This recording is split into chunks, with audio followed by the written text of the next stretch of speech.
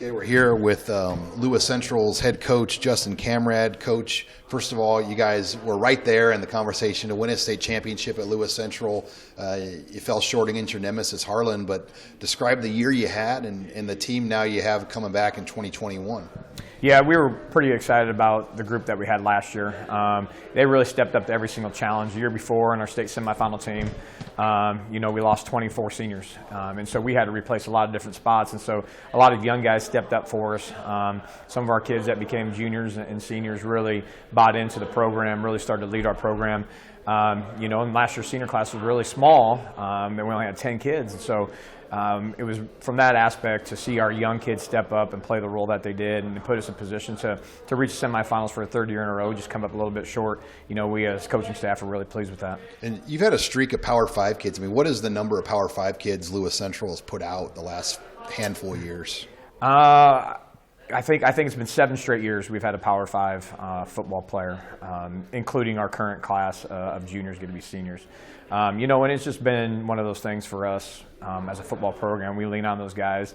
They're the program guys. They bought into what we want to do. They live in the weight room and spend their off season playing multi-sports. And at Lewis Central, that's one of our key things. Our kids are always competing year round and not focusing on one thing. And it's been really good. Obviously, it makes us really good coaches, too.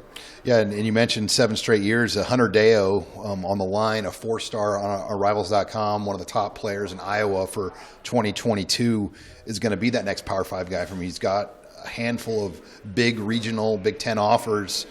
Describe Hunter and what kind of player he is. Yeah, he's really comparable to many people will know Logan Jones, who was at Lewis Central 2 years ago. Almost a bigger version of what Logan is from speed, athleticism, and strength-wise. Hunter will be a 4-year starter for us. Started as a freshman on our first state semifinal team alongside Logan, and really has bought into that aspect. He's developed many aspects of his game, and really fits that mold of big, strong defensive tackles that play in the Big Ten. Yeah, at his size, he weighed 292 today, but I mean, he says he runs a 4.7 40. I mean, the way he moves at that size, I mean, it's probably pretty rare to have a guy that big that can. He absolutely. He's pretty light on his feet, and you watch him move. He does a lot of really good things, and so for him, to play at 290 will be interesting this year. I think he's 20 pounds heavier than what he was this fall, but I think he carries it very well, and I think it's something that's going to obviously make him even better, in the trenches. Yeah, looking at the teams recruiting him, I mean, he's got Iowa, Iowa State, K-State, Arkansas, Wisconsin, Minnesota. Who do you get the sense, like maybe some new suitors that could get in the picture besides the main ones that are recruiting him right now? I think a lot of them within the Big Ten landscape, around Iowa, really fit his body type and his playing style. Whether it's Nebraska, who obviously has inquired about him. Illinois now with Bielema there, and some of the other schools. He really fits that mold of Big Ten football, and he's had some SEC offer or not interest, and then Pac-12 as well has really reached out to him, and so his name's starting to get out there a little bit more around the nation as far as a prospect. And 2020 and COVID just brought a lot of changes and surprises for programs and for you guys. I mean, you had a transfer come into your program that wanted to play football this year, and Braden Loftin, he's going to stay at Lewis Central, measured in at 6'5", 207. A lot of people, when they watched you guys play, they'd say, wait a minute, you got 2 Fedonis out there, it looked like at times. Right. What kind of player has Braden Loftin been for you? He's one of those guys that, we got really late, but picked up our offense. Extremely intelligent football player, high football IQ, obviously has the intangibles from his length, his height, his speed, has improved drastically from where it was. He's a kid that will probably assume the role that Thomas did last year, and he's going to start playing some tight end and moving into the slot and doing some different things. He's a really big mismatch, problem for defenses, especially at the high school level, and his ability to play the game of football, is only going to get better from his ability to stretch the field vertically and horizontally, and so I'm really excited about him, to get him. He learned a lot from Thomas this past year on what it takes to be an elite football player and an elite football catcher, and so he's really bought into that part of, learning from the guys that have come before him at Lewis Central, and has really made strides with it for us. Yeah, look, and he's got 2 Group of 5 offers now. I mean, do you just think it's a matter of time before some of those Power 5s come in? I mean, this area of tight ends in this part of the country, by the way, it's just insane the amount of tight end prospects that have come out of about a 50-mile circle around Lewis Central. Right, absolutely. And he really fits that mold of guys. Being that 6'5" and really long and rangy and mismatch issues for guys.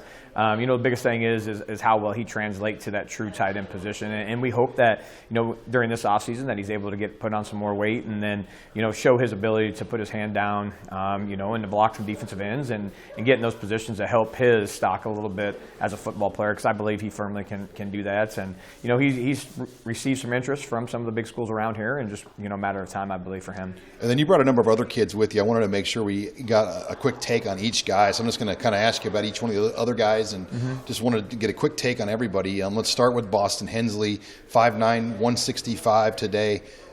He's a kicker, receiver, cornerback. Where's he fit, and kind of what's his outlook? Yeah, he's a specialist. He really is. As a kicker. I think we've had 2 Division I kickers and that are Power 5 guys, one at Iowa, one at Iowa State, and he really fits along those guys.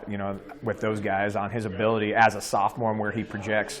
I think he had 49 touchbacks maybe, or a little bit more than that this past year, and really can kick the ball and allowed us to make teams have to travel the whole distance, and for him to become, that Division I prospect, he needs to be able to punt as well, and that's just an ongoing process for him.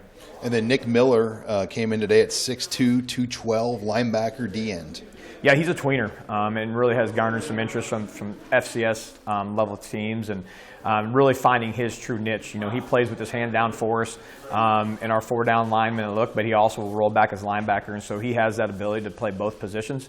I truly feel that he's a 3-4 outside linebacker for most schools, and just a matter of really continuing to show film and his ability to play that position. And then Jonathan Humpel, just under 6 foot tall, was a receiver, running back for you this past year. Yeah, John, he's an extremely electric football player. Anytime he touches the ball, we have the opportunity to score a touchdown, and so we used him in a variety of roles this past year, whether it was slot receiver, whether it was as a running back or jet sweep guy. Plays defensive back for us as well, does a great job there, and then return specialist. And so he's just one of those elite guys with some speed. He was a junior All-American in track. So he, once he hits top end speed, it's tough to really catch him. And so he's a really electric player for us, especially in that 2023 class. So he runs 100, or he's a 100, 200 guy. What's his what's his best 100 time? Well, we missed track season last year, so we'd have to go back to 8th grade. But I think he was like 11.5 in 8th grade at a young age. Yeah. So where he's going to be at here as a sophomore, getting stronger and that kind of stuff. So we'll see this spring. And then Wyatt Hatcher came in at 6'3", 219 today.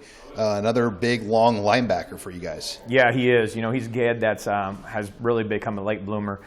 He has 2 FCS offers currently right now. His family, he has a legacy of athletic family. His dad played in Major League Baseball for the Royals and the Omaha Royals AAA organization. His older brother plays outside linebacker at the University of Kansas right now.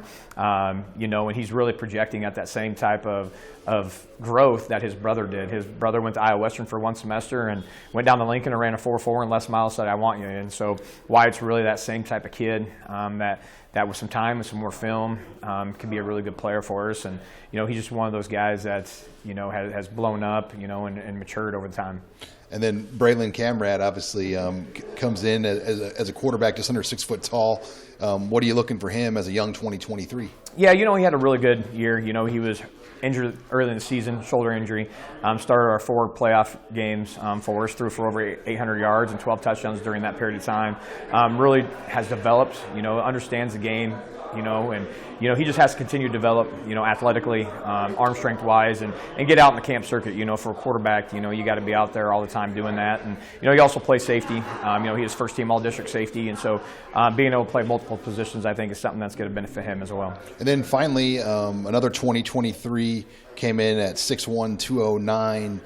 Parker as a defensive tackle, defensive end. Obviously a kid that's going to keep growing into his body, it looks like. Yeah, he is, absolutely. And he's one of those kids that's a project. His dad played outside linebacker at South Dakota. His uncle was a starting all Big Ten lineman at Northwestern, originally from Lewis Central. And so, he's one of those kids that could end up, being, having a high growth, being 6'3", 6'4", and long and fast and athletic. And, he started at tackle for us as a sophomore, and this year he'll probably play both sides of the ball for us. And just another one of those kids that, from a legacy standpoint, and tracking along what their parents did and what their siblings have done, really has tremendous potential. Well, Coach, thank you for coming out today. You got a very impressive team coming back here in 2021. Absolutely, thank you.